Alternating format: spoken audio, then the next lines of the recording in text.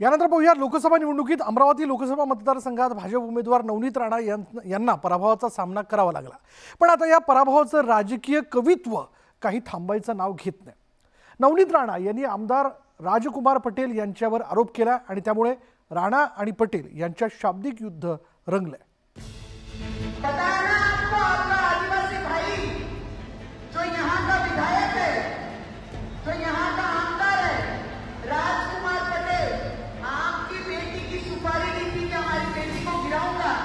मी कोणाकडून सुपारी घेतली आणि कोणी मला सुपारी दिले ते काही पुरावा तर द्या मला, तेव्हाच मी मान्य करतो ना।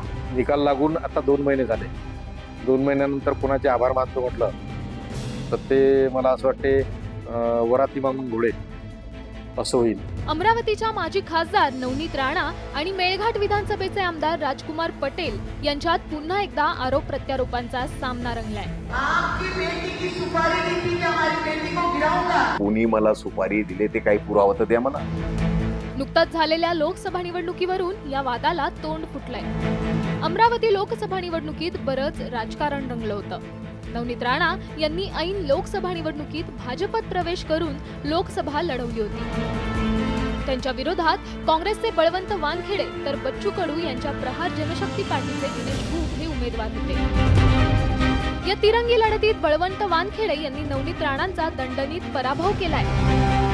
लोकसभेत झालेला पराभव नवनीत राणांच्या चांगलाच जिव्हारी लागलाय। आता राणा यांनी आपल्या पराभवाचं खापर प्रहारचे आमदार राजकुमार पटेल यांच्यावर फोडलंय।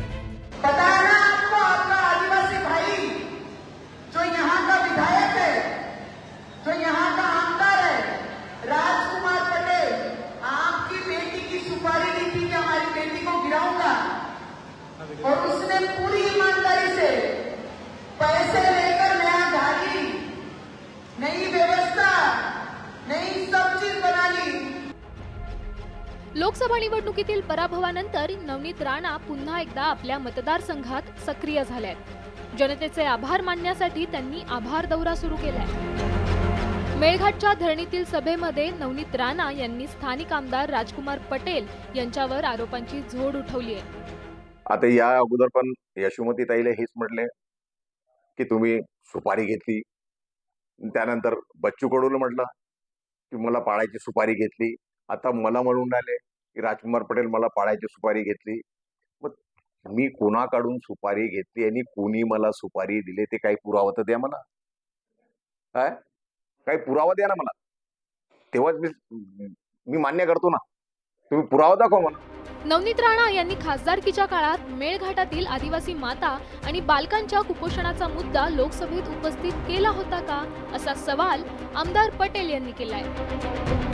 निवडणुकीआधी साडी वाटप करून विरोधकांवर पराभवाचं खापर फोडण्याचा प्रयत्न हा राणा यांच्याकडून केला जात असल्याची टीका पटेल यांनी केली आहे।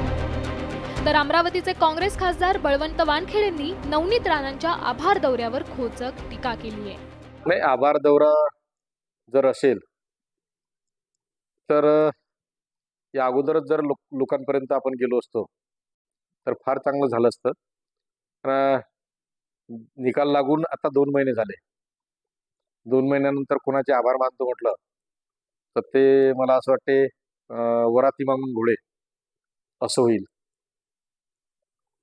त्यापेक्षाही जर सुरुवातीपासूनच जर जनतेत राहिले असते, लोकांचे कामं केले असते तर हे आता आभार दौरा काढण्याची गरज नसते। खरं तर नवनीत राणा यांनी 2019 साली राष्ट्रवादी काँग्रेसच्या पुरस्कृत उमेदवार म्हणून निवडणूक लढवली होती। पण राज्यात मविया सरकार आल्यानंतर नवनीत राणा भाजपच्या वळचणीला गेल्या। मवियाच्या सत्तेत त्यांच्या तत्कालीन मुख्यमंत्री उद्धव ठाकरेंशी राजकीय संघर्ष सुरू झाला होता।